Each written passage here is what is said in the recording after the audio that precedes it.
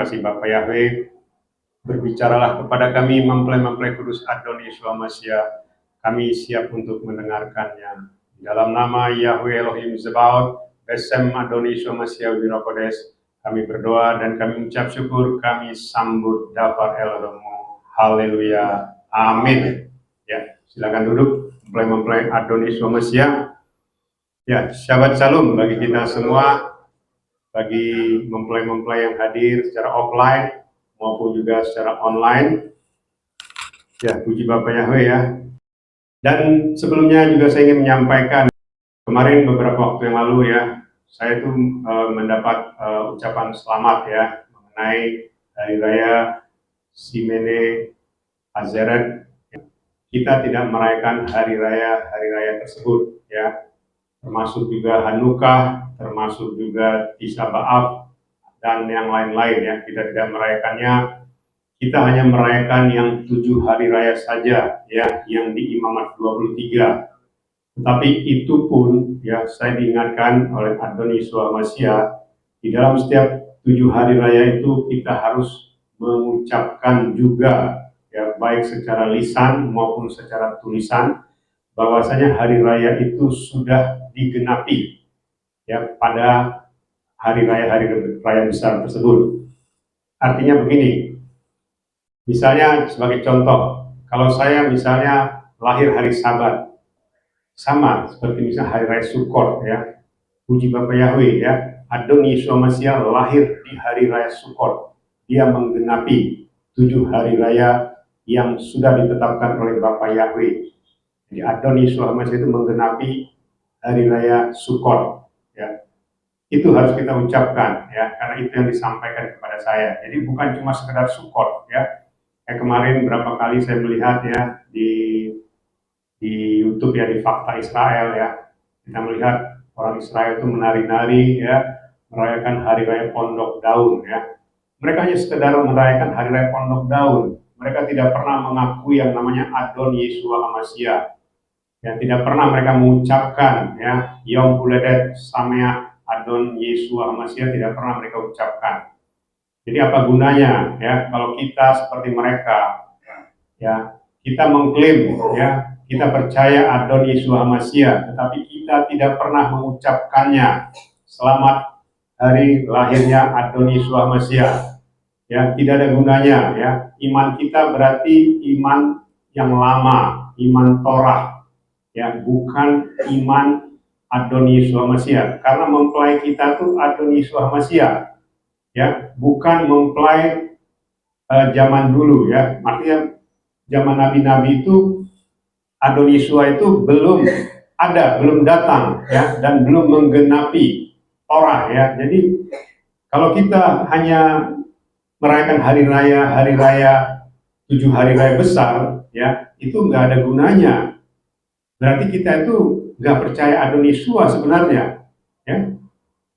Meskipun kita secara ini mengatakan, wah, misalnya berdoa di dalam nama Yahweh Elohim Zebaot, Besem Adon Yeshua Mashiach. Hanya doa itu saja yang kita ucapkan, tapi kita tidak pernah mengucapkan bahwasanya Adon Yeshua Mashiach itu menggenapi hari-hari raya yang sudah ditetapkan oleh Bapak Yahweh pada saat itu kepada Bani Israel. Ya, jadi itu yang harus kita pahami ya, mempelai Adon Yeshua Mashiach, penggenapannya ya. Jadi artinya penggenapan dari kedatangan Adon Yeshua Mashiach menggenapi 7 hari raya yang ditetapkan oleh Bapak Yahweh ya. Jadi itu yang ingin saya sampaikan ya. Jadi kita tidak merayakan yang lainnya ya, kayak tadi Shimini Simchat Torah ya, dan juga Hanukkah, dan juga Tisha B'Av dan sebagainya. Kita tidak melakukan itu ya, karena nggak ada gunanya kita mengucapkan hal-hal yang sudah lalu ya, yang sudah terjadi 2000 lebih ya, 3000 tahun yang lalu ya. Nah, kita sekarang ya, kita melakukannya sekarang karena apa? Karena di zaman akhir ya, YYEH itu tetap berfirman ya, sampai dengan detik ini ya. Jadi jangan dibilang YYEH itu tidak mengucapkan apapun kepada manusia. Jadi selesai sampai di kitab Wahyu, tidak ya. Tapi semua disingkapkan sampai kesudahan zaman ya. Jadi semua disingkapkan. Jadi bukan 2000 tahun yang lalu. Kalau kita hanya beriman kepada 2000 tahun yang lalu ya, YHWH berfirman, ya berarti iman kita adalah iman 2000 tahun yang lalu, bukan iman zaman akhir, bukan iman rapture.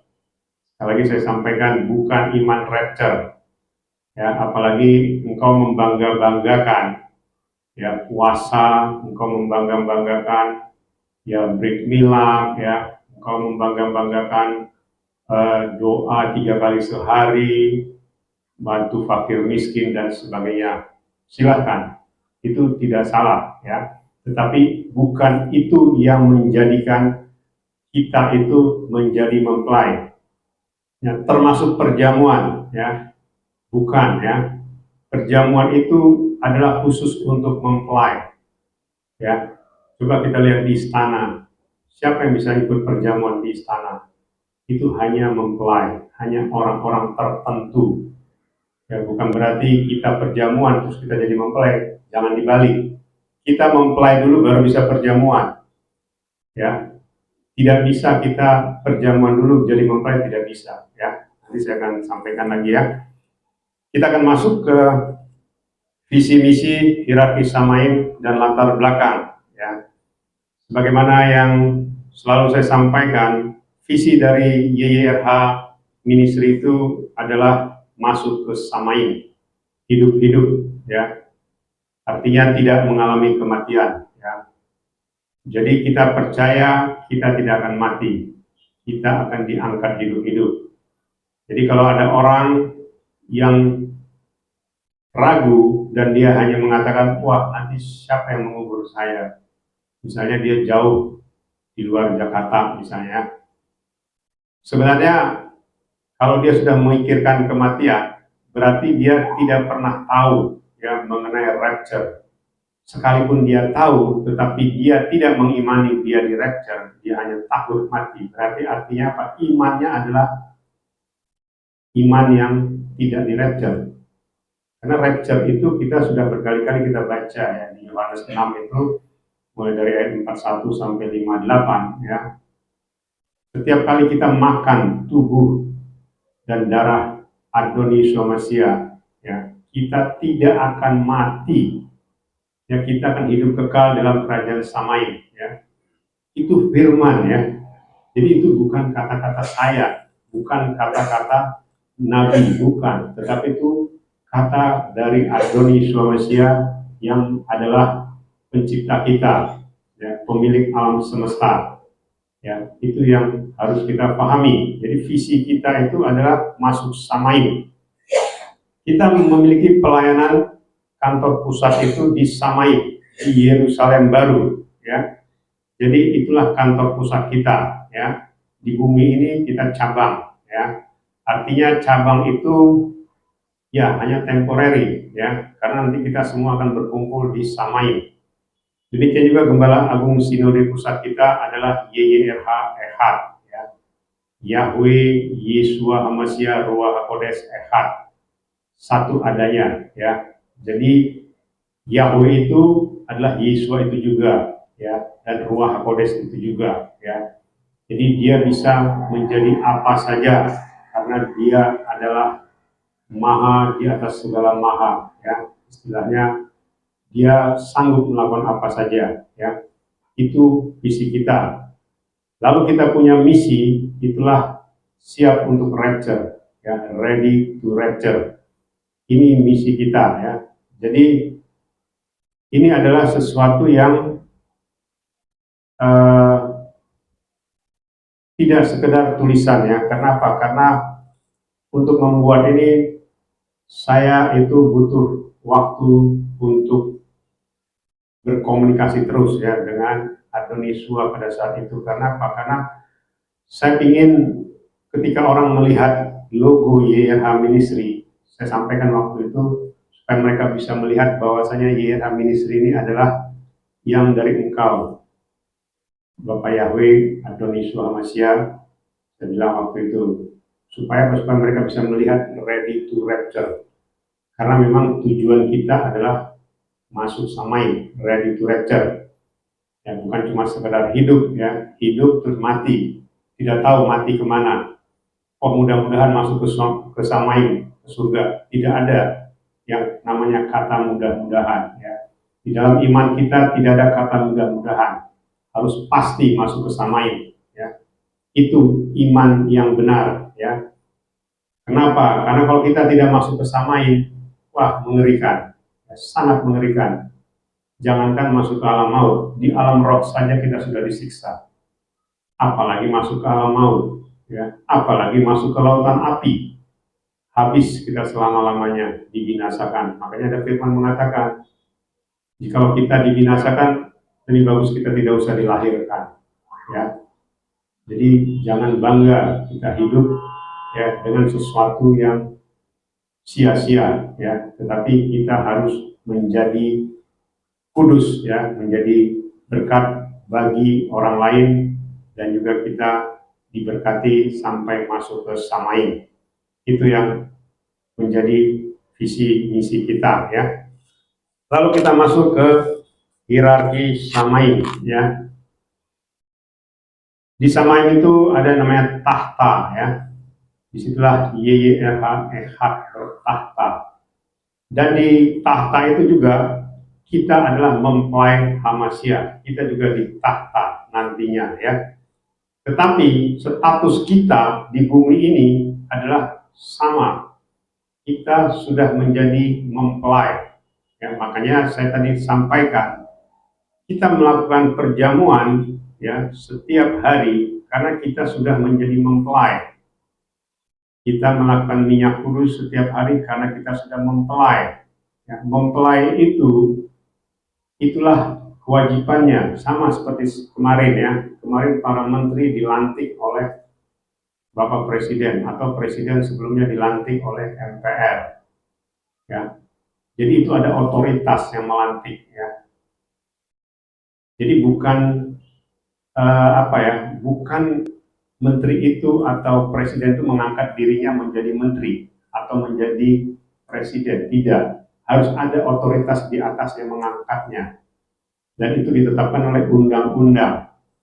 Makanya kan Undang-Undang Dasar Negara Indonesia itu kan dikatakan begini, presiden dan wakil presiden itu adalah orang Indonesia asli, ya, atau warga negara Indonesia. Tapi itu undang-undang, ya, secara umum. Tapi pada saat pelantikan kemarin dikatakan bahwasanya Pak Prabowo Subianto dan Gibran Raka Buming Raka dialah wakil presiden. Jadi disebutkan namanya. Jadi dari suatu ketetapan itu menjadi yang diberi otoritas, yaitu nama yang tetap, ya. Sama, ya, banyak orang di dalam kerohanian itu salah menafsirkan, ya. Memang benar di Matius 28 itu, ya, mulai dari ayat 18 sampai 20, ya. Pergilah, jadikanlah semua bangsa muridku. Ya, artinya begini, itulah ketetapan pergilah, ya. Tetapi itu harus diberi otoritas. Siapa yang pergi itu harus ada namanya. Ya, tidak mungkin 8 miliar manusia diberi otoritas untuk memberitakan atau untuk membaptis, tidak, ya. Seperti tadi, tidak mungkin presiden itu 280 juta orang menjadi presiden di negara ini, tidak. Jangankan 280, 100 orang saja tidak mungkin jadi presiden. Presiden itu dan wakil presiden hanya orang tertentu. Ya, satu orang presiden, wakil juga satu. Ya, begitu juga menteri itu dipilih oleh presiden yang punya otoritas. Ya, makanya seperti saya sampaikan kemarin, ya. Jadi kita ini mempelai itu punya otoritas, ya, yang ditunjuk oleh undang-undang, oleh YHEH, undang-undang kita. Makanya kemarin saya baca, ya, di Yohanes 1 ayat 32 dan 33 itu. Katakan yang ada merpati Ruach Kodes di atas kepala orang itu, maka dialah yang dapat membaptis dengan Roh Kudus. Ya, jadi itu kita harus pahami ya. Jadi di tahta itu ada 5 ya. Metrae, perjamuan, urapan kudus, Holy Family, dan hidup di Samain ya. Tadi saya sudah sampaikan metra itu bicara baptisan. Ya. Baptisan itu hanya diberikan kepada orang yang sudah diberi otoritas. Ya seperti zamannya Adoni Suhamasya, karena hanya di atas kepala Adoni Suhamasya lah ada burung merpati, ada Ruach HaKodes. Maka dikatakan oleh Yohanes Pembaptis, aku tidak mengenal dia. Ya, artinya Yohanes Pembaptis tidak mengenal Adoni Suhamasya, tetapi dia berfirman, kalau engkau melihat ada merpati ya di atas kepalanya Roh Kudus, berarti dialah yang membaptis engkau dengan Roh Kudus. Karena baptisan kita sekali dan selama-lamanya itu melalui baptisan Roh Kudus. Kalau baptisan air itu tidak, bisa berkali-kali. Pokoknya harus ada baptisan Roh Kudusnya. Makanya orang yang diutus itu harus ada merpati atau Roh Kudus di atas kepalanya. Itu yang diberi otoritas. Ya, ini saya dibukakan beberapa hari yang lalu. Ya, jadi artinya begini, di dalam 1 minggu kemarin saja saya ada 3 kali dibukakan, ya, disingkapkan suatu rahasia. Ya. Makanya kemarin yang saya cerita kemarin, yang saya sampaikan bahwasanya tidak mungkin kita mengklaim kita sebagai mempelai, padahal kita tidak pernah dilantik oleh yang punya otoritas. Mungkin kita akan bilang, wah kan Roh Kudus sudah melantik saya. Emangnya bagaimana cara Roh Kudus melantik? Sampean, istilahnya begitu. Ya. Tidak bisa. Ya, sama seperti begini. Kenapa Indonesia masih harus turun ke dunia ini dalam bentuk fisik? Kenapa nggak dia selesaikan saja, disamain? Ya, dia selesaikan. Sudah manusia semua tidak berdosa. Saya hapus semua dosanya. Bisa nggak? Bisa sebenarnya melakukan seperti itu. Tapi tidak. Dia harus turun dalam bentuk fisik. Ya, karena dialah yang diberi otoritas untuk menghapus dosa dunia. Begitu juga kita saat ini untuk menjadi mempelai harus ada yang diberi otoritas. Makanya saya selalu bilang 16 tahun yang lalu ketika saya diperlihatkan, orang-orang mengatakan di atas kepala saya ada burung merpati, ada Roh Kudus, bahkan waktu difoto itu bercahaya burung merpatinya. Padahal waktu saya melakukan pentahiran, saya tidak melihat ada satu burung pun di atas kepala saya. Jangankan di atas kepala saya, di sekitar Sungai Yordan itu tidak ada satu burung pun yang terbang. Ya, jadi artinya apa? Artinya kenapa justru di foto ada burung merpati? Dan pada zaman itu 16 tahun yang lalu saya masih percaya kepada nama yang lama. Ya. Dan itu ternyata memiliki arti 16 tahun kemudian, yaitu 2024. Ya. Jadi artinya apa?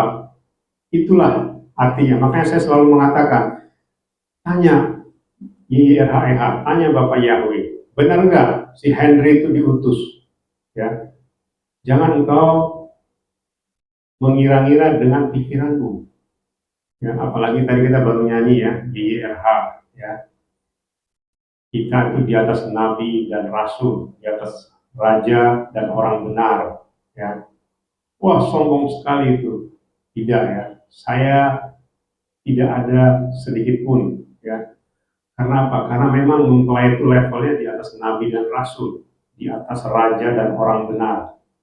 Ya nanti coba kita lihat dari daftar Elohim ya. Artinya begini, ketika kita sudah ditetapkan, kita tuh langsung diangkat ya. Bukan karena perbuatan kita, bukan karena kita perjamuan tiap hari, bukan karena kita minyak kudus tiap hari, bukan. Ya, tetapi karena kita sudah ditetapkan dan kita harus melakukan perjamuan dan minyak dan juga harus ditahirkan. Itu adalah ketika kita sudah menjadi mempelai. Kalau kita belum mempelai, kita mengklaim kita perjamuan tiap hari, itu tidak ada gunanya. Karena kok siapa? Sama seperti saya bilang tadi, kalau ada perjamuan di istana, apa bisa kita masuk ke istana? Pak, saya mau perjamuan, saya mau jadi menteri. Nggak bisa. Kita mengangkat-angkat diri kita menjadi mempelai, nggak bisa. Ya, harus ada yang diberi otoritas untuk engkau diangkat menjadi mempelai. Ya. Dan satu hal yang harus kita pahami, kita bukan tunangan. Ya, sekali lagi, kita bukan tunangan. Kalau tunangan berarti engkau masih diperhitungkan perbuatanmu, ya, dan itu sangat sedikit. Ya, itu pun tidak bisa masuk ke Yerusalem baru, itu hanya ke bumi baru. Ya, dan itu kompleks ya. Makanya nanti kita akan baca nanti ya, dapat Elohim pada sore hari ini ya. Lalu tadi itu di tahta itu ada metrai, ada perjamuan, urapan kudus, Holy Family, dan Live in Heaven ya. Tadi kita bicara baptisan ya, inilah tadi yang saya sebut tadi, yang ada burung merpati, itulah yang diberi otoritas untuk membaptis ya, dengan Roh Kudus, ya, bukan dengan air saja ya, tetapi juga dengan Roh Kudus ya. Lalu perjamuan ini bicara menyatu dengan tubuh dan darah Adon Yeshua Mesias.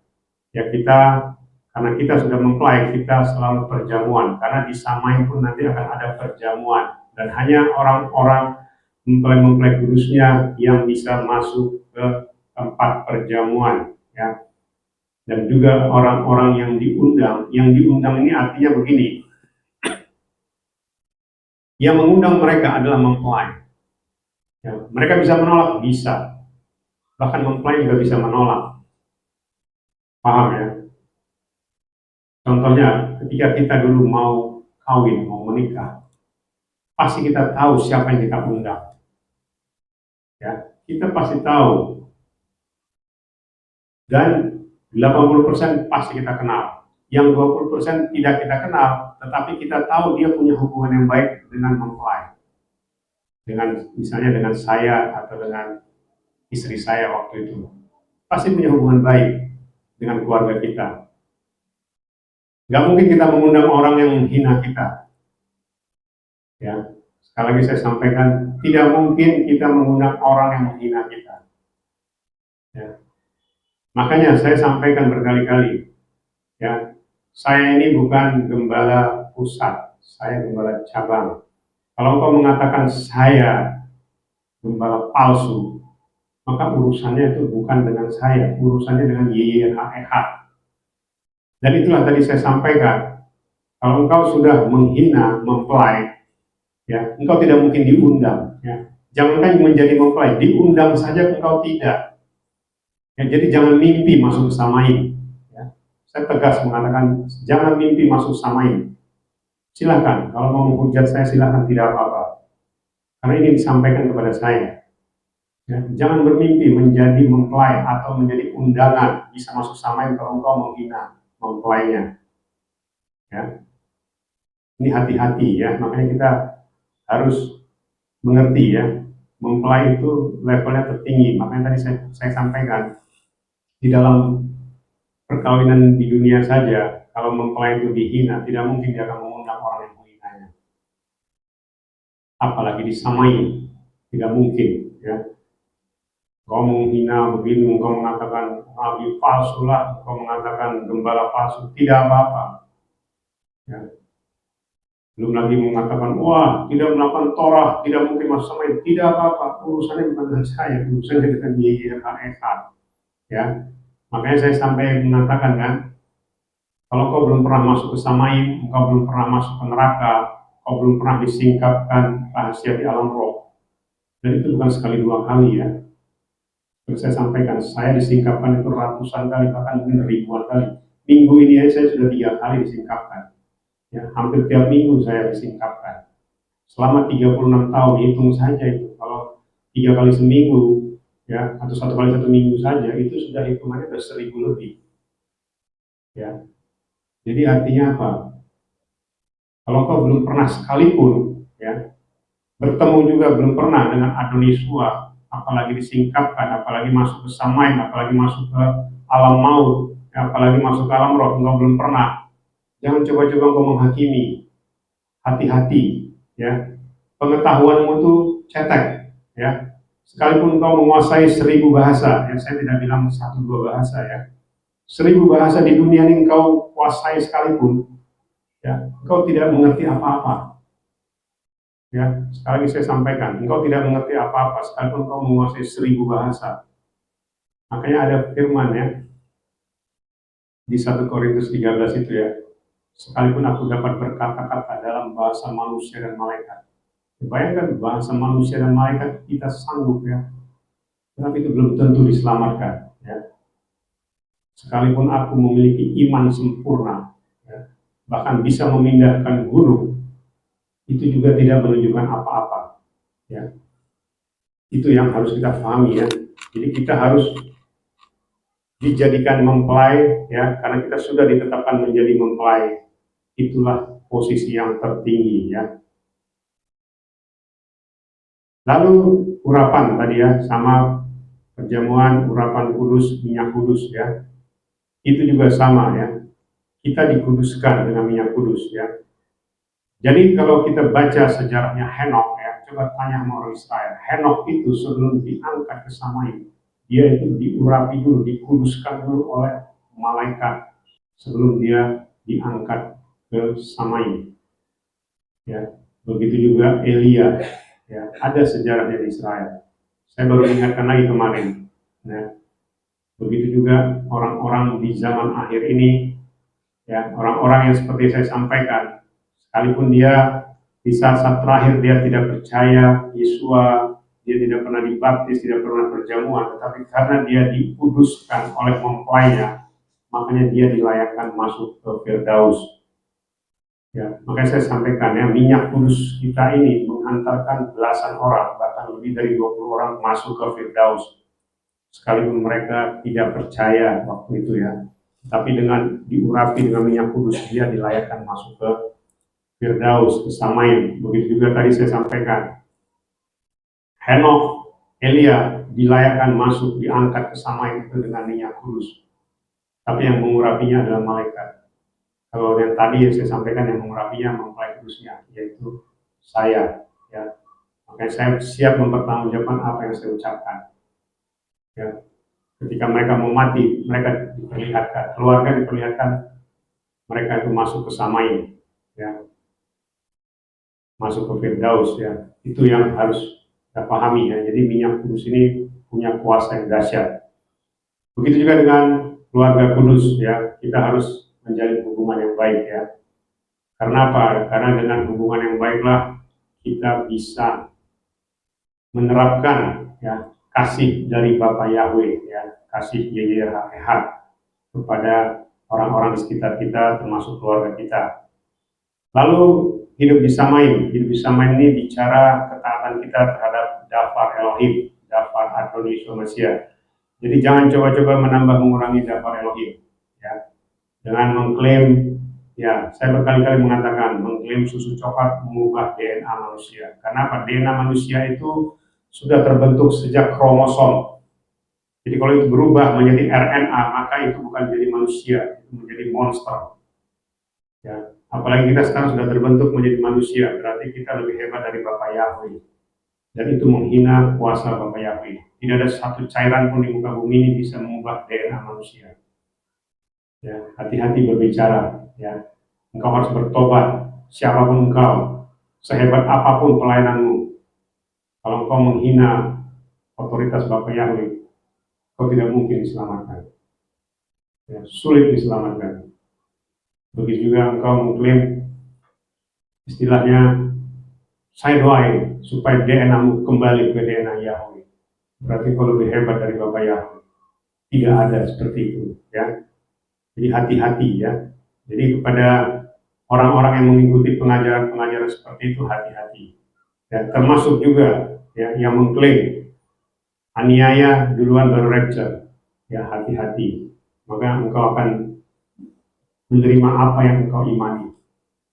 Ya, berarti engkau siap dianiaya dulu baru di rapture. Itu versimu ya, bukan versi dari Dafar Elohim. Jadi jangan coba-coba menambah mengurangi firman. Ya, termasuk juga engkau mengklaim engkau bisa menjadi mempelai dengan engkau perjamuan, dengan engkau puasa, dengan engkau berbuat baik ya, dengan engkau berdoa 3 kali sehari. Ya, engkau mengklaim seperti itu, tidak ada firmannya ya. Jadi Torah itu tidak ada, artinya Torah itu tidak ada membuat orang itu bisa di-rapture dengan Torah, tidak ada.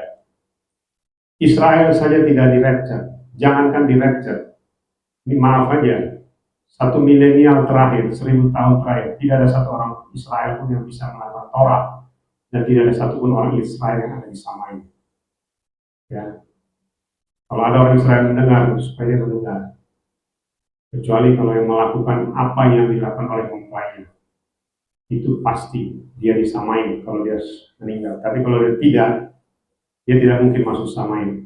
Jadi bagaimana kita berkiblat ke suatu bangsa yang tidak bisa masuk samai? Gak ada gunanya, ya. Jadi jangan coba-coba mengklaim sesuatu yang kau sendiri tidak tahu.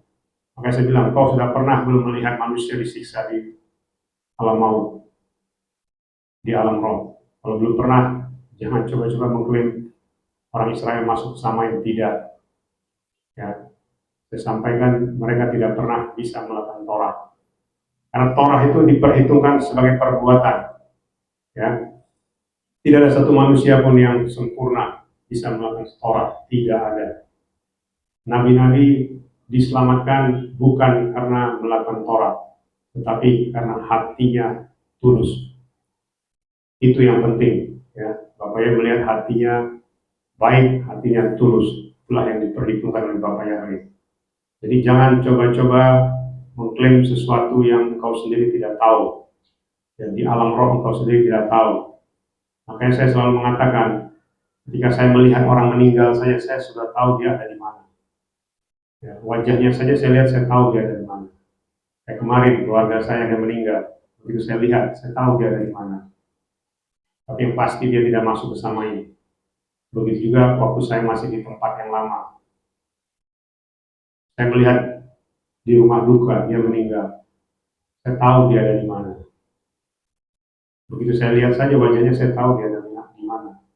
Sekalipun mungkin gembala yang mengatakan kau ada di negeri cahaya. Tidak ada ya. Negeri cahaya belum ada. Yerusalem baru belum ada.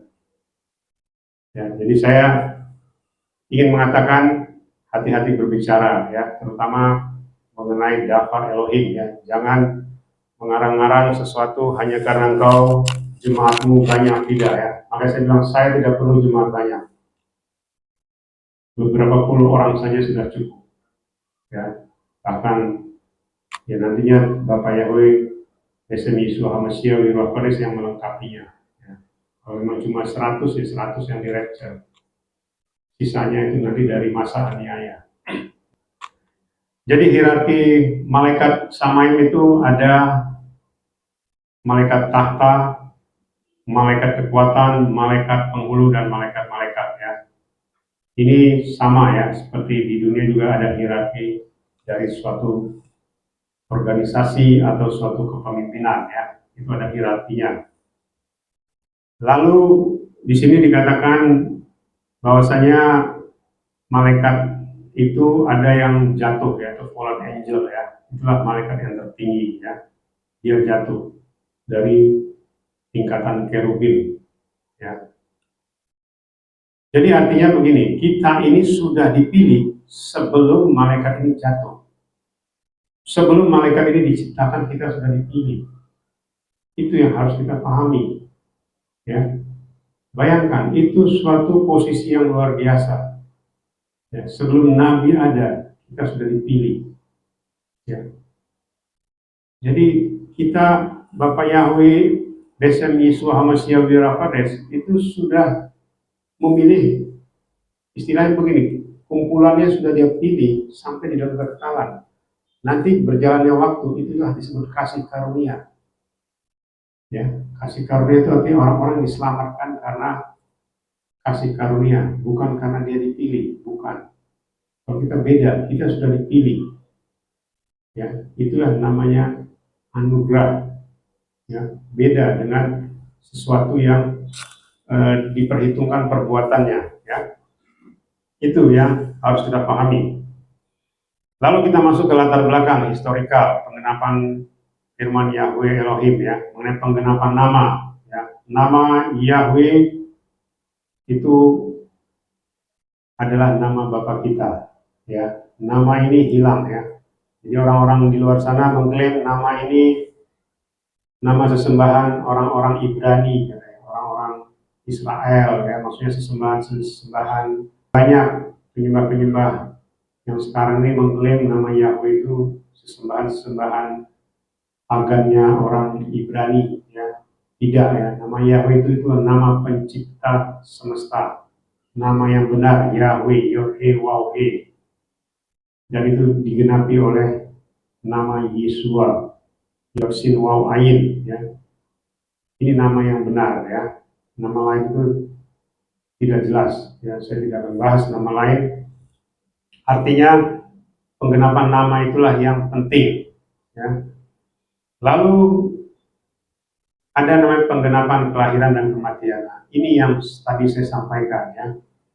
Adon Yeshua itu lahir pada tanggal 15 Tisri. Ya, kemarin kita sudah rayakan di hari raya Sukkot, dan inilah yang harus kita ucapkan, ya.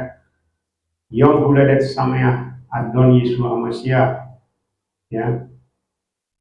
Hak Sameach Sukkot, ya. Artinya itu harus diucapkan bersamaan karena Yeshua sudah menggenapi kelahirannya di hari raya Sukkot. Lalu kematiannya pada hari raya Paskah, ya. Ini beda dengan nama lain, ya. Dan kebangkitannya pada hari raya Buah Sulung, Yom HaGiburim, tanggal 17 Nisan. Artinya Adon Yeshua HaMashiach ini persis dia 3 hari 3 malam di perut bumi, ya, dan dia bangkit. Sementara nama lain itu tidak seperti itu, ya, tidak digenapi. Lalu dikatakan nama Yeshua itu berasal dari Samai atau surga, ya, karena malaikat Gabriel berbicara kepada Maria dalam bahasa Ibrani, bukan bahasa lain, ya. Jadi kesimpulannya adalah nama Yeshua dan nama lain berbeda, tidak sama, ya.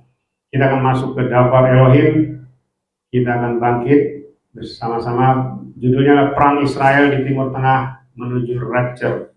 Ya, ini ada beberapa kitab, kita ambil dari 3 kitab, Amos, Yeskiel, dan Wahyu. Kita baca Dabar Elohim Amos 1 ayat 6 sampai 7, ini mengenai Gaza, ya. Ini ada firman-Nya. Kita baca ayat Amos 1 ayat 6 sampai 7. Sama-sama kita baca 1, 2, 3. Beginilah Yahweh berfirman untuk 3 pelanggaran Gaza, bahkan untuk 4. Aku tidak akan berpaling daripadanya, sebab mereka telah mengusir seluruh penduduk sebagai orang-orang buangan untuk menyerahkannya kepada Edom. Namun aku akan mengirimkan api ke atas tembok Gaza, dan api itu akan melahap istana-istananya.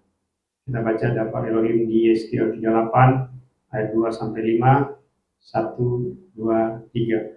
Hai anak manusia, arahkanlah wajahmu terhadap Gog di tanah Magog, raja agung dari Ros, Mesek, dan Tubal, dan bernubuatlah terhadap dia. Dan engkau harus mengatakan, beginilah Tuhan Yahweh berfirman, lihat, akulah lawanmu, hai Gog, raja agung dari Ros, Mesek, dan Tubal. Aku akan membalikkan punggungmu dan memasang pengait pada rahangmu, dan aku akan membawa engkau dan semua pasukan berkuda keluar, mereka semua berpakaian lengkap, kumpulan orang banyak dengan perisai besar dan kecil, mereka semua yang memegang pedang. Orang Persia, Ethiopia, dan Libya bersama mereka, mereka semua dengan perisai dan ketokong. Kemudian kita baca Wahyu 12 ayat 1 sampai 9. 1, 2, 3. Dan terlihatlah suatu tanda besar di langit, seorang wanita dengan berselubungkan matahari dan bulan di bawah kakinya, dan mahkota 12 bintang pada kepalanya. Dan ketika mengandung dalam rahimnya, dia berteriak karena menderita sakit bersalin, dan karena tersiksa pada saat melahirkan. Dan terlihatlah suatu tanda lain di langit, dan lihatlah seekor naga merah besar yang mempunyai 7 kepala dan 10 tanduk, dan di atas kepalanya ada 7 mahkota. Dan ekornya menyeret sepertiga bintang-bintang di langit, dan dia melemparkan mereka ke bumi, Dan naga itu berdiri di hadapan wanita yang segera melahirkan itu, supaya bila mana dia telah melahirkan anaknya, naga itu dapat menelannya. Dan dia melahirkan seorang anak laki-laki yang akan segera menggembalakan segala bangsa dengan tongkat besi. Dan anak wanita itu dibawa kepada Elohim dan tahtanya. Dan wanita itu melarikan diri ke padang gurun, di mana dia mempunyai suatu tempat yang telah disiapkan oleh Elohim, agar di sana mereka dapat memberi makan wanita itu selama 1260 hari. Dan terjadilah peperangan di surga. Mikhael dan malaikat-malaikatnya berperang melawan naga itu, dan naga itu berperang juga para malaikatnya. Tetapi mereka tidak mempunyai kekuatan, bahkan tidak ada lagi tempat mereka masih ditemukan di surga. Dan naga besar itu dilemparkan keluar, yaitu si ular tua yang disebut si iblis dan setan, yang menyesatkan seluruh dunia. Dia telah dilemparkan ke bumi, dan para malaikatnya telah dilemparkan bersama dia. Haleluya. Amin. Ya, silakan duduk. Mempelai Adoni Somasia. Jadi kitab Amos dan Yeskiel yang kita baca ini adalah nubuatan pada zaman itu untuk kejadian di zaman akhir saat ini.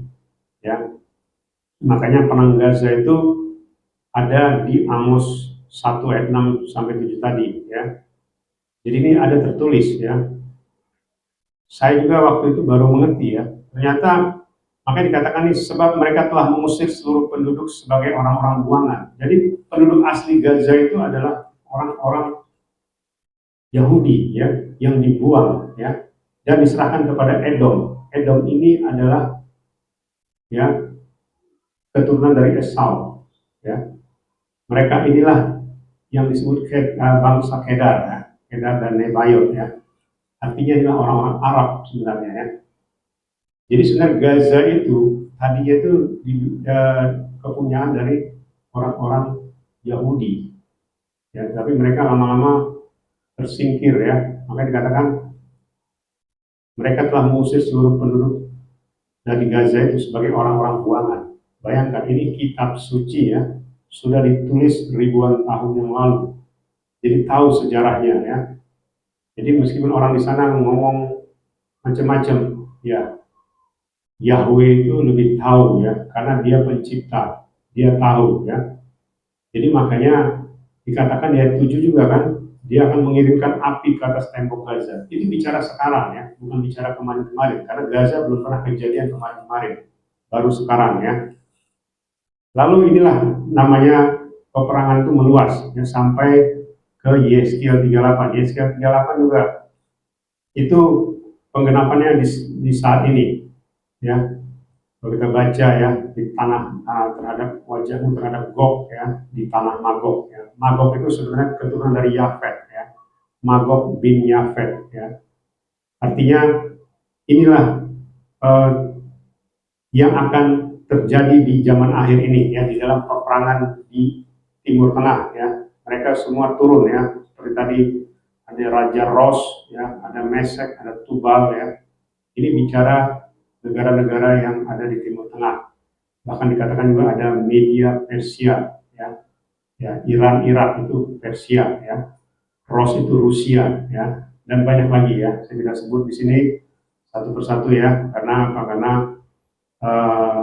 semuanya bisa menjadi bagian dari peperangan besar, ya. Lalu kita akan lihat di kitab Wahyu, ya. Nah, ini yang harus kita pahami, ya. Banyak orang menafsirkan wanita itu adalah melahirkan Adonisua, bukan, ya. Kitab Wahyu itu bicara nubuatan ke depan, ribuan tahun ke depan, ya. Jadi bukan yang sudah terjadi waktu itu, yang sudah ribuan tahun sebelumnya terjadi, bukan, ya.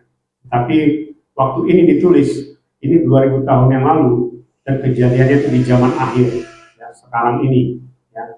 Bukan sekarang ini dibalikan lagi ke 2000 tahun sebelumnya, bukan, ya. Itu yang harus kita pahami, ya. Coba kita lihat, ya. Ini saya capture ya beberapa foto ya mengenai konflik Israel versus Iran bisa memicu perang dunia ketiga ya. Nah, di sini saya sebutkan negara-negara dan pihak-pihak kemungkinan terlibat perang di Timur Tengah itu ialah Israel, Palestina, Lebanon, Iran, Irak, Rusia, Turki, Hamas ya, Hizbullah, Houthi ya. Ya, itulah yang terlibat ya. Lalu kita lihat di bawahnya lagi ya, kita bandingkan ya dari saat ini dengan kitab Yeskiel 38 dan Wahyu 12 ya. Kita lihat di sebelah kiri ya, saat ini kejadian di Israel, perang itu adalah Israel, Palestina, Lebanon, Iran, Irak, Rusia, Turki, Hamas, Hizbullah, Houthi ya. Sedangkan di Yeskiel 38 itu disebutkan Israel, Ros, Mesek, Tubal, Persia, Ethiopia, Libya, Gomer, Togarma, Seba, dan Dedan ya. Ini ya ini ya saya pair to pair kan ya. Sebenarnya ya saya tidak secara gamblang ya membuat ini secara ini ya, hanya saya membuat pair to pair, artinya Yeskiel 38 ini mulai digenapi ya. Nanti akan ada yang namanya perang Gog ya. Perang Gog ini menurut saya ini bukan perang dunia ketiga. Ya, perang dunia ketiga itu nanti pada saat perang Armageddon. Ya, karena apa? Karena jadi gini, kalau kita lihat sejarah ya, perang dunia pertama dan perang dunia kedua, itu korbannya sampai 100-200 juta manusia mati. Ya, kalau perang Israel saat ini saya lihat belum ada sampai sebegitu. Yang tewas paling juga cuma berapa puluh ribu orang atau 100.000 orang. Belum sampai ratusan juta seperti perang dunia pertama, perang dunia kedua. Karena apa? Karena nanti perang dunia ketiga seperti saya sampaikan tadi, ini akan terjadi di perang Armageddon setelah anti Hamasya berkuasa. Ya, memang tidak lama lagi, ya, itu kurang lebih 3,5 tahun setelah Triple Six berkuasa itu akan terjadi perang Armageddon. Dan itu mereka akan berperang di lembah Armageddon atau Armageddon, dan di sanalah nanti ratusan juta orang mati. Maka dikatakan darahnya itu setinggi kekangan kuda. Ya, darah itu akan menggenang di lembah Armageddon, Armageddon. Ya. Sementara di Wahyu 12 tadi, ya, ayat 3 dikatakan itu ada 7 kepala, ya, 10 tanduk, ya. 7 kepala itu berarti ada 7 mahkota, ya. 10 tanduk, ya. 10 tanduk itu bicara kekuatan, ya, kekuasaan. Jadi ini sebenarnya bicara 7 negara dan konsorsiumnya, ya. Mahkota itu bicara otoritas, jadi negara ini punya otoritas, ya. Berarti kan setiap kepala ini ada mahkota dan juga ada tanduk. Berarti ada tiga kepala yang tidak disebut di sini dan tidak ada mahkotanya, 3 nih. Itu siapa? Itulah yang namanya pemberontak-pemberontak, ya, seperti tadi Hamas, Hizbullah, dan juga Houthi, ya. Mereka ini tidak punya negara. Ya, makanya dikatakan 7 cuma 7 kepala, 7 mahkota dan 10 tanduk. Harusnya 7 tanduk. Ya, karena kepala itu bicara mahkota itu ada di kepala, tanduk itu juga ada di kepala. Berarti ada 3 yang tidak ada kepalanya dan tidak ada mahkotanya, artinya mereka tidak punya otoritas. Berarti mereka tidak punya negara. Ada 3 ini yang saya ambil yang 3 tadi, ya, pemberontak-pemberontak atau teroris di negara masing-masing, ya. Jadi ini bicara di Wahyu, ya. Jadi artinya coba kita lihat lagi ya alurnya, ya.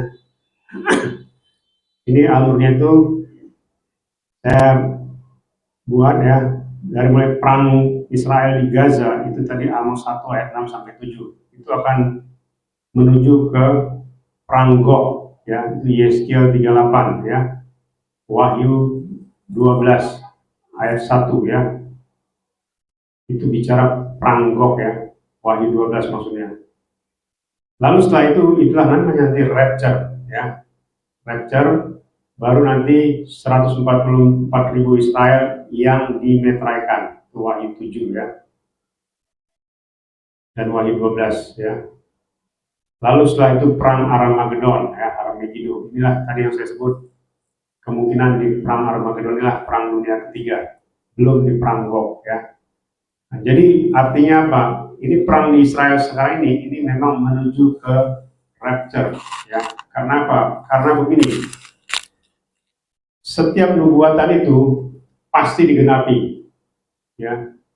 Tidak mungkin ada nubuatan penggenapannya sama, itu tidak ada. Satu kali nubuatan, satu kali penggenapan. Ya, jangan dikira, wah, nanti ada lagi kok perang ini, perang itu, dan sebagainya. Tidak, ya. Karena ini sudah dinubuatkan oleh para nabi di zamannya, ya. Bayangkan, ribuan tahun yang lalu itu sudah dinubuatkan. Lalu kita coba lihat rangkumannya, ya. Dalam Amos 1 ayat 6-7 dikatakan bahwa Yahweh menghukum Gaza karena mengusir penduduk asli Gaza, ya, Israel, dan menyerahkannya ke Edom. Ya, tadi saya sebutkan Edom itu adalah keturunan dari Esau. Jadi seperti kita ketahui, Israel atau Yakub dan Esau ini adalah bersaudara, ya, anak dari Ishak. Ya. Jadi artinya Israel ini ya Yakub, ya, nama Yakub yang diganti menjadi Israel.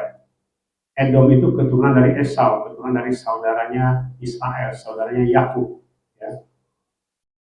Lalu dikatakan di dalam Yesaya 38 bahwa Israel itu diserang oleh Ros, Mesek, Tubal, Persia, Ethiopia, Libya, Gomer, Togarma, Seba, dan Dedan.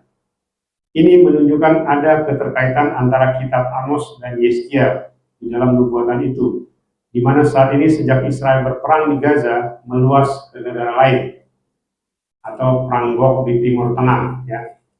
Ini peperangan ini sudah meluas, ya. Apalagi berita hari ini saya baca Israel itu menyerang Iran, ya, dan ini akan menimbulkan peperangan yang lebih besar lagi, itulah perang Gog, ya. Artinya nanti Israel itu pasti akan terdesak, ya, sampai mereka nanti akan memanggil Mesiasnya, ya. Mesiasnya itulah nanti mereka akan membangun kembali bait suci yang ketiga, ya, supaya Mesiasnya datang. Lalu rangkuman berikutnya dikatakan Wahyu 12 ini adalah mengenai suatu peristiwa yang akan terjadi, bukan yang sudah terjadi, ya. Jadi banyak saya perhatikan, saya searching di Google, ya, mengenai Wahyu 12. Itu semuanya mengarah kepada wanita ini adalah Maria, ya, dan anak laki-laki yang dilahirkan itu adalah Yeshua HaMashiach. Itu tidak tepat, ya. Bukan, ini di zaman akhir, ya. Jadi sebenarnya wanita ini bicara Israel, ya. Nanti coba kita lihat, ya. Wahyu 12 itu adalah mengenai suatu peristiwa yang akan terjadi, bukan yang sudah terjadi. Wanita yang dimaksud dalam Wahyu 12 di atas adalah Israel, ya. Karena ada 12 bintang, itulah 12 suku Israel. Dikatakan ada naga merah besar, ya, inilah 666, ya, memiliki 7 kepala, 10 tanduk, dan 7 mahkota. Ini bicara 7 negara berdaulat yang dikuasai oleh 666 nantinya. 7 negara ini juga memiliki kekuatan hebat. Lalu ada 10 kekuatan dunia, ya. Inilah tadi yang saya sebut, ada 3 kekuatan lain, ya, yang tidak ada negaranya dan juga tidak berdaulat, ya. Mereka mungkin bisa disebut tadi saya bilang pemberontakan, ataupun mungkin bisa mereka adalah konsorsium, ya, dari kekuatan-kekuatan yang ada di dunia, ya. Artinya itu tidak terlalu penting bagi kita, ya. Yang penting istilahnya supaya kita mengerti arah dari kejadian yang saat ini terjadi di Timur Tengah. Lalu berikutnya dikatakan wanita itu melahirkan anak. Inilah yang disebut keturunan Israel di zaman akhir, yaitu keturunan pilihan. Inilah mempelai kudusnya, ya.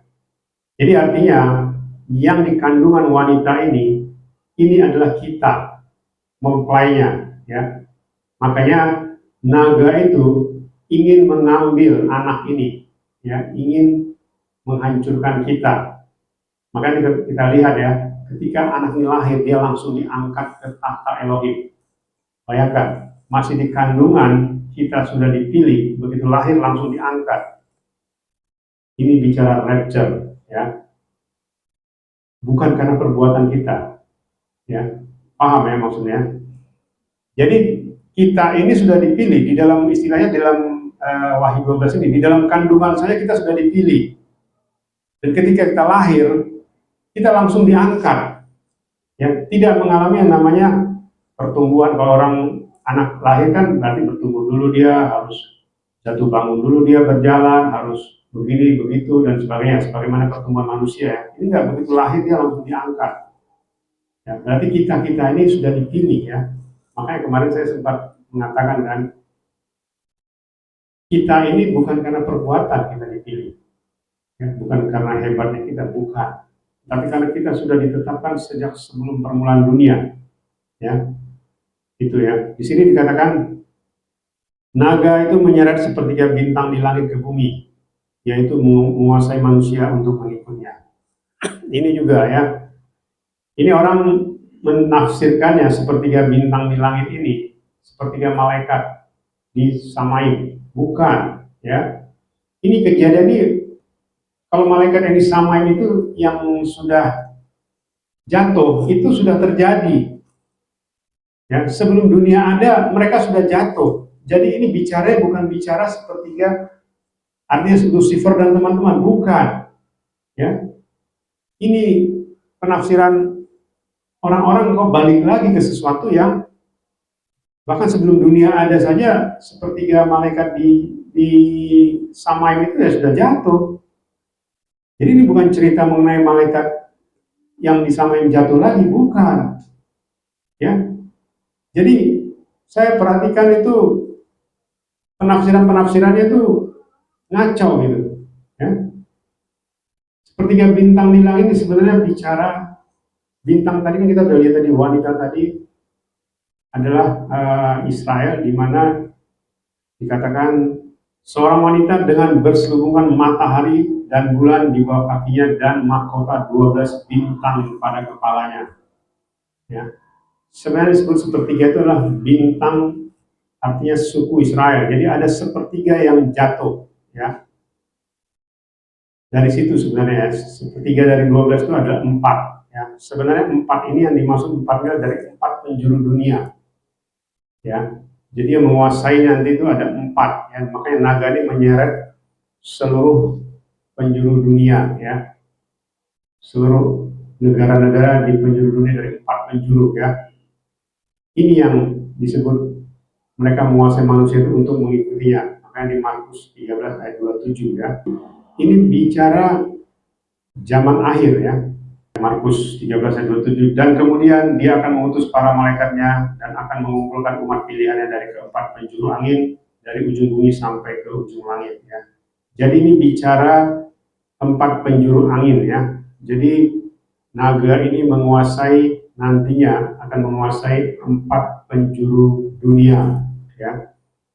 Makanya dia menyeret sepertiga bintang, itu artinya dia menguasai seluruh penjuru dunia. Bukan ini, bukan bicara Lucifer, bukan bicara, karena Lucifer sudah, kejadian sudah terjadi. Lucifer itu sudah jatuh sebelum dunia ada. Ya, ini harus kita pahami, Lucifer sudah jatuh sebelum dunia ada. Ya, jadi ini bicara bukan bicara mengenai Lucifer ya, bintang ini bukan bicara mengenai malaikat. Tapi ini bicara mengenai 4 penjuru ya. Jadi sepertiga dari 12. Karena bintang yang disebut di sini adalah suku dari 12 suku Israel, jadi ada 4, berbicara dari 4 penjuru dunia ya. Makanya naga ini akan menguasai seluruh bumi ya, 4 penjuru dunia. Lalu dikatakan wanita itu melahirkan anaknya, naga itu ingin menelannya ya. Ini bicara kita ya. Kalau ada penafsiran bicara ya, ada yang disebut ini ya tempat ibadah mereka ya, bukan ya. Ini bicara mempelainya, orang pilihannya ya.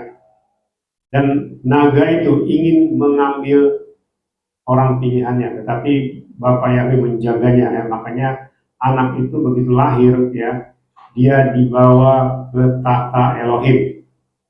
Dan dia akan menggembalakan segala bangsa dengan tongkat besi. Ya, ini bicara kerajaan 1000 tahun. Apa arti tongkat? Tongkat itu artinya otoritas. Ya, nanti kita atau Yeshua Mashiach beserta dengan mempelai kudusnya, kita akan memimpin dunia ini dengan tongkat besi, artinya dengan otoritas yang kuat, karena Satan sudah tidak ada lagi di situ. Jadi makanya dikatakan jika ada orang yang umurnya tidak sampai 100 tahun, maka dia disebut kena kutuk. Jadi pada masa kerajaan 1000 tahun nanti, kalau ada orang meninggal di bawah 100 tahun, berarti dia itu kena tulah, ya. Makanya tadi dengan tongkat besi, dengan otoritas, ya, dengan firman yang kuat, ya, dengan firman yang dahsyat. Makanya orang-orang nanti di kerajaan 1000 tahun, kalau dia umurnya tidak mencapai 100 tahun, berarti dia kena tulah, ya. Ini bicara kerajaan 1000 tahun, ya, tongkat besi, ya. Jadi kita nanti akan menggembalakan, ya, bersama-sama dengan Adoni Yeshua Mashiach sebagai pemimpin tertinggi kita. Ya. Lalu berikutnya dikatakan wanita itu melarikan diri ke padang gurun. Ya. Inilah yang dibicarakan mengenai 144.000 orang Israel yang dibawa ke tempat perlindungan dari Triple Six. Ya. Selama 1260 hari. Ini bicara 3,5 tahun. Inilah yang namanya masa aniaya. Ya, 3,5 tahun, ya. Jadi bisa dibayangkan, ya, mulai tadi itu Gaza meluas kepada perang Gog, ya. Lalu bicara mengenai rapture. Rapture ini bicara khusus di Wahyu 12 ini, ya. Artinya wanita itu adalah bicara Israel yang dikandung itu adalah mempelai kudusnya.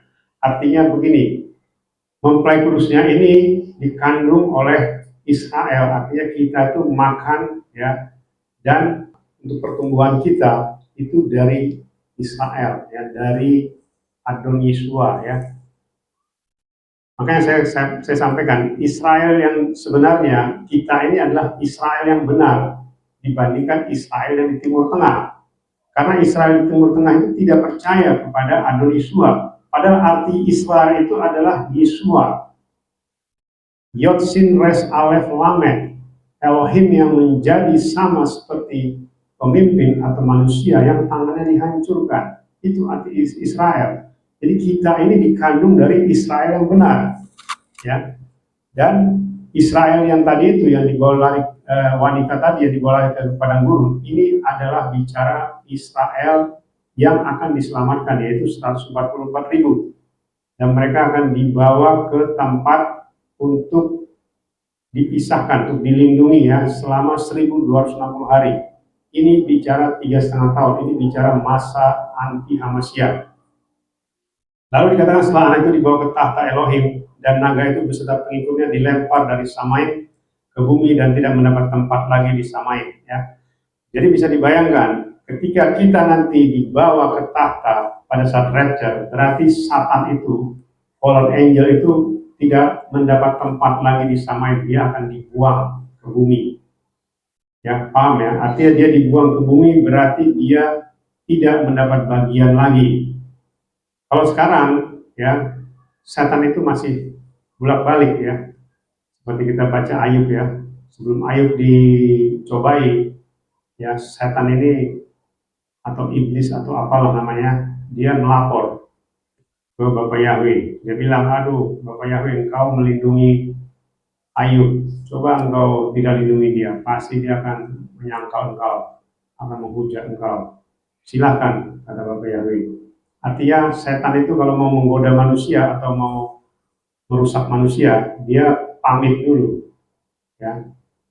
Karena dia masih bisa bolak-balik bumi Samaim, tapi nanti tidak lagi, ya. Begitu kita di rapture, tidak ada lagi tempat bagi mereka. Mereka akan dibuang ke bumi, ya. Dan disitulah mereka akan mengamuk, ya.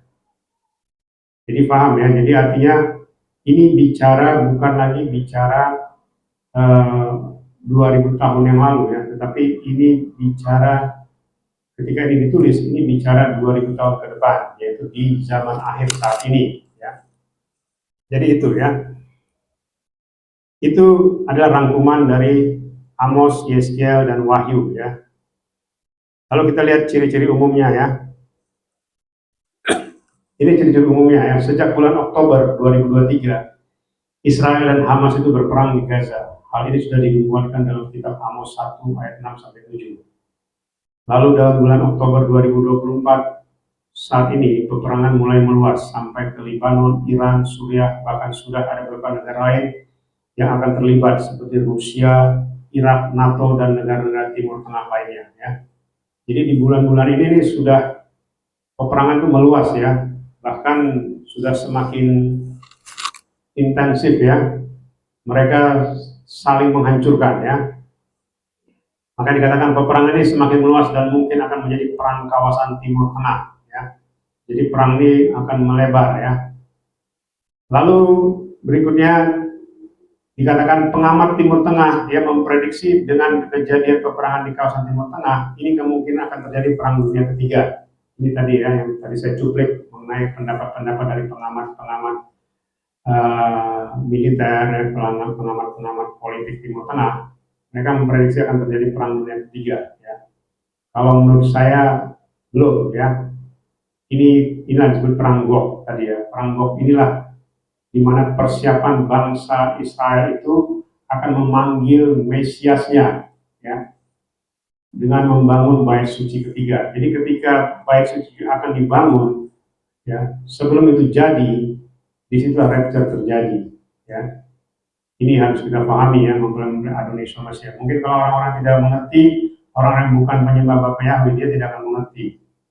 Ya, dia akan ya karena apa? Karena saya perhatikan, ya, saya perhatikan penafsiran mereka di Wahyu 12 ini, itu penafsiran 2000 tahun yang lalu dari sekarang ya. Penafsiran kejadian kelahiran Adonai Yeshua. Padahal itu bukan bicara itu. Juga tadi sepertiga malaikat. Seolah-olah itu Lucifer yang jatuh. Padahal Lucifer yang jatuh itu kejadiannya sebelum dunia ada. Ya, Wahyu ini bukan itu. Dia tidak menceritakan Lucifer yang jatuh, tidak. Tetapi ini kejadian yang di zaman akhir, ya, 2000 tahun kemudian waktu ditulis oleh Rasul Yohanes. Ya, ini kejadiannya sekarang. Ya, jadi bukan 2000 tahun yang lalu. Jadi seperti saya sampaikan tadi, sepertiga bintang-bintang ini bicara 4, angka 4 ya. Pintu ya, pintu. Dalet, 4 itu dalet, pintu. Artinya si naga ini, naga merah besar ini, dia menguasai 4 penjuru dunia. Ya, bintang itu saya ambil dari suku Israel ada 12, berarti sepertiganya ada 4. Ini bicara naga ini menguasai 4 penjuru dunia. Makanya di zaman anti Hamasya mereka menguasai dunia. Ya, ini orang yang tidak tahu. Ya, makanya saya bilang tadi dalam hampir tiap minggu saya ada 3 kali dibukakan, disingkapkan ya mengenai rahasia-rahasia di dalam kehidupan kita ya manusia. Tadi saya sampaikan perang dunia ketiga itu kemungkinan akan ada di Armageddon, bukan di perang Gog ya. Lalu dikatakan dan akan menjadi malapetaka bagi wilayah Timur Tengah secara lokal dan dunia secara dampak globalnya ya.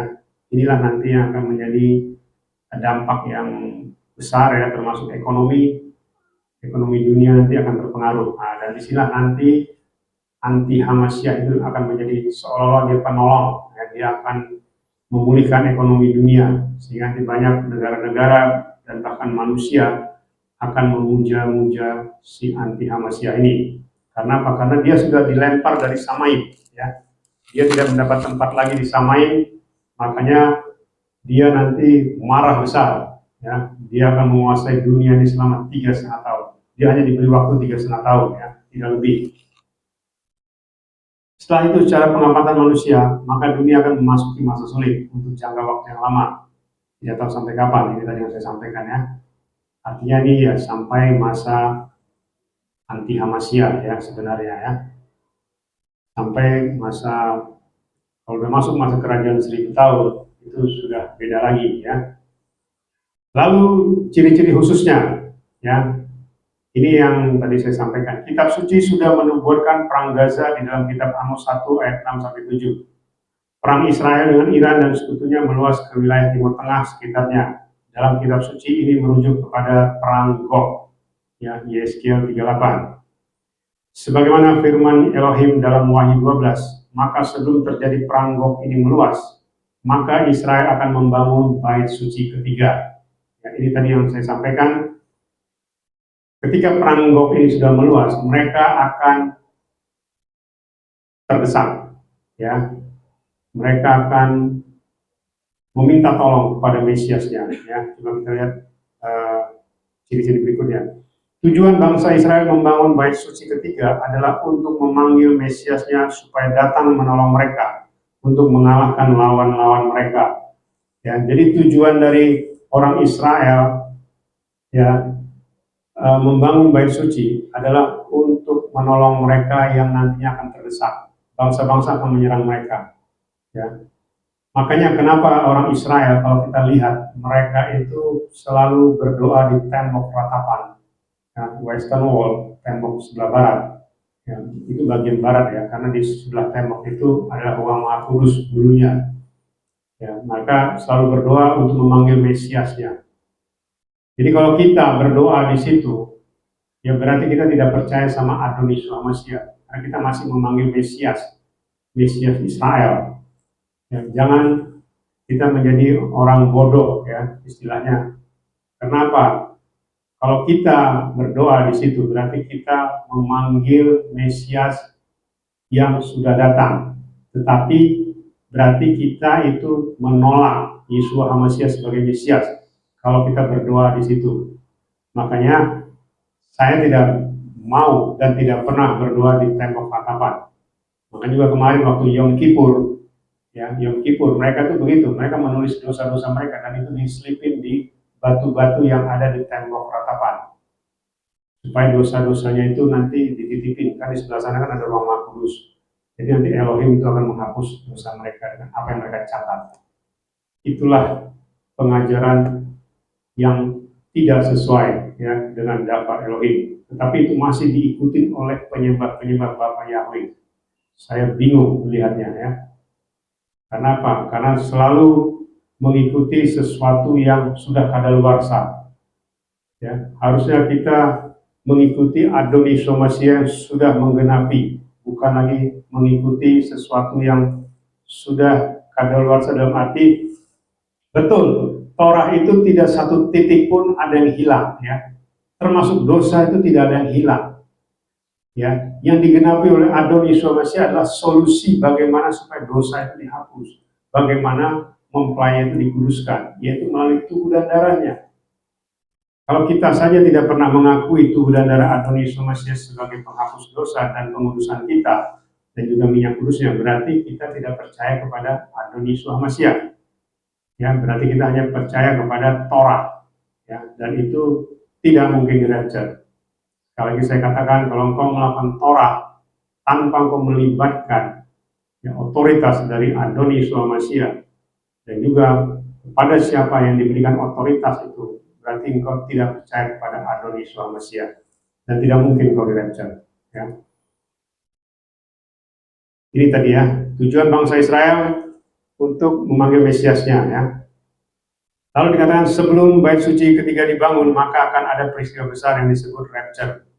Sebelum memasuki masa anti Hamasya triple six atau masa kesusahan besar atau aniaya besar, maka akhir dari triple six adalah masa perang yang disebut dengan perang Armageddon. Jadi nanti berakhirnya masa aniaya, masa triple six itu 3,5 tahun. Nah di situ nanti akan ada perang besar.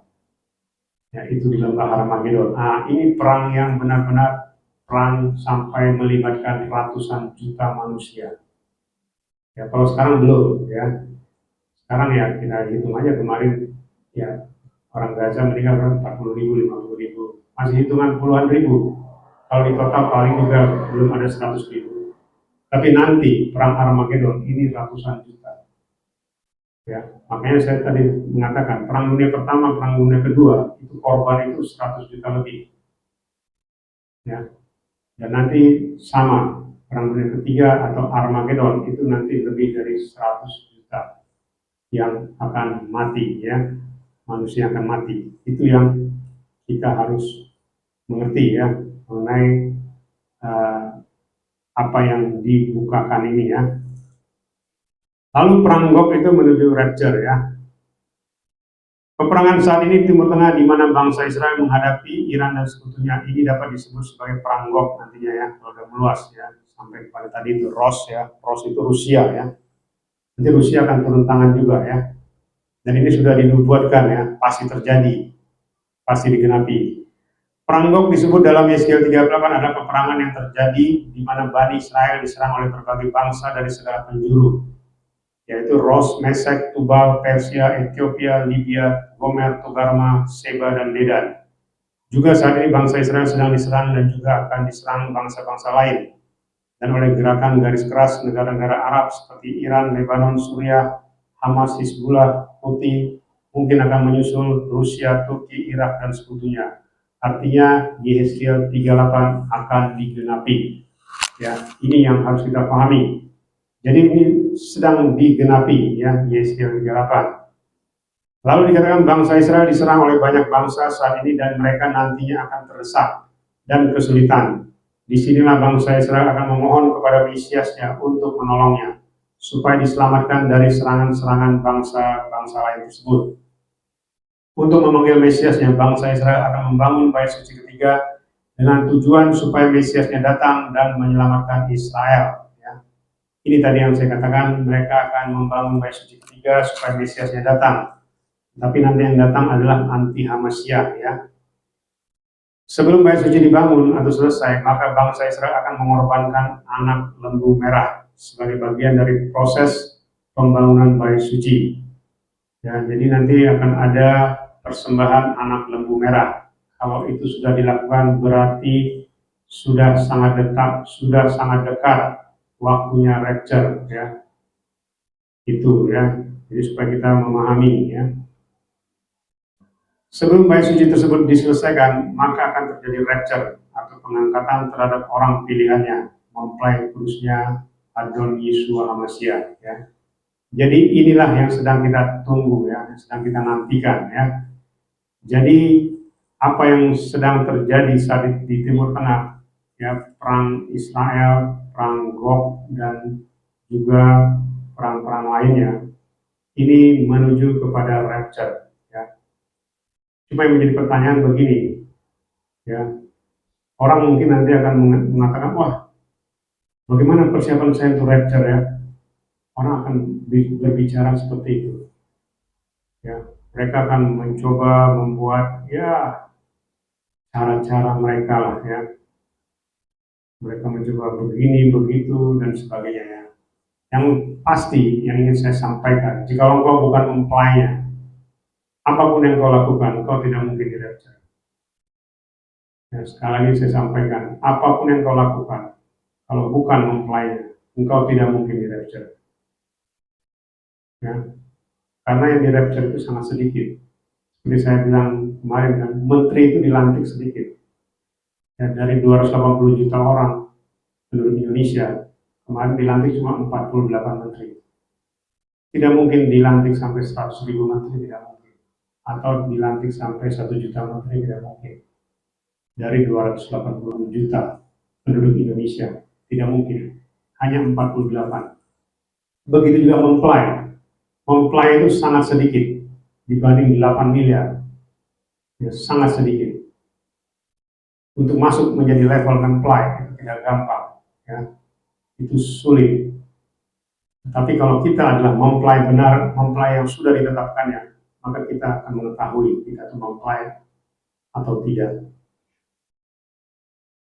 Itu yang harus kita pahami ya, mempelai Adon Yeshua HaMashiach. Jadi kita harus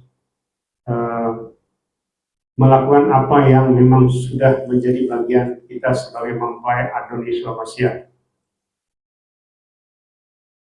Ini tadi ya, sebelum bait suci tersebut diselesaikan ya, akan terjadi rapture ya. Inilah yang diperkirakan ya, diperkirakan, sebenarnya bukan diperkirakan, tetapi ini sudah jadi gini, mempelai itu sudah diberi yang namanya karunia ya. Memang disebutkan tidak ada seorang pun yang tahu hari dan waktunya. Bicara hari ya, bukan bicara tahun atau bicara bulan. Ya, tahun dan bulan kita diberi hikmat ya. Jadi sebenarnya bukan cuma berasal dari bahasa Ibrani, tidak ya. Sebenarnya kalau kita menghitung dari kalender yang ada sekarang kita pakai saja, kita bisa menghitung sangat cepat sebenarnya. Ya, sama jatuh-jatuhnya, sama seperti ketika dulu saya menghitung triple six ya, dengan menggunakan huruf kita yang biasa kita gunakan 1 sampai 10, A sampai Z, itu sama. Jatuh-jatuhnya juga triple six.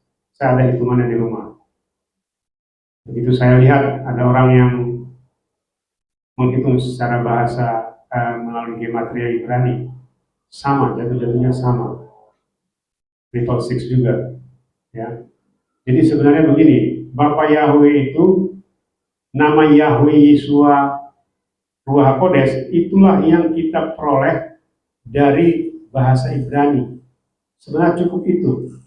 Sama ya nama-nama kayak misalnya Haleluya. Kok bisa Haleluya ya? Haleluya Yahweh. Atau Immanuel, Immanuel Elohim, Gabriel. Cukup itu saja sebenarnya kita mengetahui, tidak perlu kita terlalu jauh ya. Karena apa? Karena banyak orang pusing. Akhirnya apa? Akhirnya mereka jadi tidak ini. Sudahlah, bukan urusan saya, itu urusan pendeta-pendeta tuh. Akhirnya seperti itu. Tidak. Jadi bahkan ada orang yang saya tidak mau ikut pengajaran dia lah, terlalu ribet. Masa mau di rapture aja harus tahu begini-begini, nggak perlu ya. Istilahnya seperti itu ya. Ini ingin saya sampaikan supaya kita jangan terpaku dengan yang namanya etimologi, asal usul bahasa. Karena manusia itu di samping kita punya pengetahuan, kita juga punya nama hikmat. Hikmat itu di atas pengetahuan. Ya, itu hikmat dari Samai. Itu yang namanya penyingkapan. Ya, kalau dari seperti yang pernah saya sampaikan, dari sisi bahasa itu cuma 10%, penyingkapan itu 90%. Ya, mengenai kitab para nabi maupun juga mengenai zaman akhir ya, itu penyingkapan itu 90%, tetapi dari bahasa cuma kurang lebih 10, bahkan kurang dari 10%. Lalu kesimpulannya adalah perang Israel saat ini sejak dari peperangan di Gaza, di mana ini sudah dinubuatkan di dalam kitab Amos 1 ayat 6 sampai 7. Peperangan di Gaza meluas sampai ke Libanon, Iran, Suriah, dan kemungkinan ke beberapa negara lain, dan ini akan menjadi perang Gog sebagaimana tertulis dalam kitab Yesaya 38. Dalam peperangan Israel di Timur Tengah ini, mereka sepertinya akan mengalami kesulitan. Jadi Israel itu akan mengalami kesulitan atau tidak berdaya. Disinilah Israel akan mengingat nubuatan yang mengatakan datangnya seorang Mesias yang membebaskan mereka dari seterunya. Mesias yang mereka maksud bukan Yeshua HaMasyiah, tetapi Mesias lain. Karena Mesias yang mereka anggap adalah Mesias yang bisa membebaskan mereka dari musuh-musuhnya, dari belenggu musuh-musuhnya. Padahal sebenarnya yang dimaksud adalah belenggu dosa. Ya, musuhnya itu adalah musuh kita, itulah dosa. Itu sebenarnya. Makanya mereka tidak percaya kepada Adon Yeshua HaMasyiah. Lalu dikatakan untuk memanggil Mesiasnya, bangsa Israel akan membangun kembali bait suci yang hancur, supaya Mesias yang dinantikan akan datang segera dan menyelamatkan mereka. Namun sebelum kedatangan Mesias Israel yang bangsa Israel nantikan, maka rapture akan terjadi untuk mempelai kudusnya Adonai Yeshua HaMasyiah. Haleluya, amin. Itu ya, harus kita pahami bahwasanya sebelum kedatangan dari Mesias Israel atau sebelum bait suci ketiga dibangun secara sempurna, bahkan mungkin waktu masih penyembelihan anak lembu merah, di situ rapture akan terjadi. Kita akan lihat waktunya ya. Dan disinilah kita harus senantiasa mempersiapkan diri. Jangan sampai nama kita dihapus dari kitab kehidupan. Kemarin saya sudah sampaikan ya, kalau kita sudah ditetapkan, itu kemungkinan gagalnya hampir dibilang 0%. Tetapi kalau kita melakukan hal-hal yang salah, Dalam arti itu nama kita bisa dihapus dari kitab kehidupan dan kita bisa dibatalkan sebagai mempelai. Ya, makanya ada firman mengatakan, aku tidak akan menghapus namamu dari kitab kehidupan. Berarti apa? Berarti YHWH bisa menghapus nama kita. Ya, kalau kita melakukan sesuatu yang fatal, ya kemarin saya sudah sampaikan di dua malam ya, apa sesuatu yang fatal itu ya. Jadi bukan karena perbuatan kita, bukan. Perbuatan kita selalu dikuduskan dengan tubuh dan darahnya dan dengan minyak kudusnya dan dengan baptisan kudusnya. Tapi ada satu yang kemarin saya sudah sampaikan di dua malam, satu ini jangan sampai terjadi pada kita. Ya. Masalah apapun yang kita hadapi, jangan sampai kita melakukan hal yang satu ini. Ya. Kemarin sudah saya sampaikan ya, biar mempelai Indonesia masih mengerti, supaya nama kita jangan dihapus dari kitab kehidupan. Jangan sampai terlambat, masih ada waktu. Bapa Yahweh Besem Adonai Suhamasia Wiruah Kores memberkati dan memimpin kita sampai kita semua mempelai di rapture, masuk ke Samaim surga kekal Yerusalem baru. Haleluya. Amin. Bapa Adonai Suhamasia, kita bersatu dalam doa. Kami mengucap syukur Bapa Yahweh pada siang hari ini menjelang sore ini. Di sabatmu kami mengucap syukur, kami sudah mendengarkan daftar Elohim, daftar Adonai Somasia, khususnya di zaman akhir ini menjelang kedatanganmu Adonai Somasia, di mana tanda-tandanya sudah mulai terlihat, di mana ada peperangan di Timur Tengah, di mana Bani Israel, bangsa Israel berperang dengan bangsa-bangsa lain, dan menuju kepada perang yang lebih besar, yaitu perang Gog, dan juga masuk ke masa anti Hamasya, dan dimana sebelum itu terjadi engkau akan mengangkat kami Adonai Somasia untuk masuk ke dalam kerajaan Samai pada saat rapture, sebagaimana firman-Mu di Wahyu 12 yang tadi kami sudah bacakan. Terima kasih Bapak Yahweh Besem Adonai Somasia Wirokodes. Kami mengucap syukur Engkau yang sudah menetapkan kami mempelai kudus-Mu Adonai Somasia sejak sebelum permulaan dunia. Kami mengucap syukur Engkau sudah memilih dan menetapkan kami. Dan kami percaya Bapak Yahweh, Engkau yang menjaga kami mempelai kudus-Mu Adonai Somasia sampai kesudahannya. Sampai kami semua bersama-sama dengan Engkau Adonai Somasia dalam kerajaan Samai. Terima kasih Bapak Yahweh Besem Adonai Somasia Wirokodes.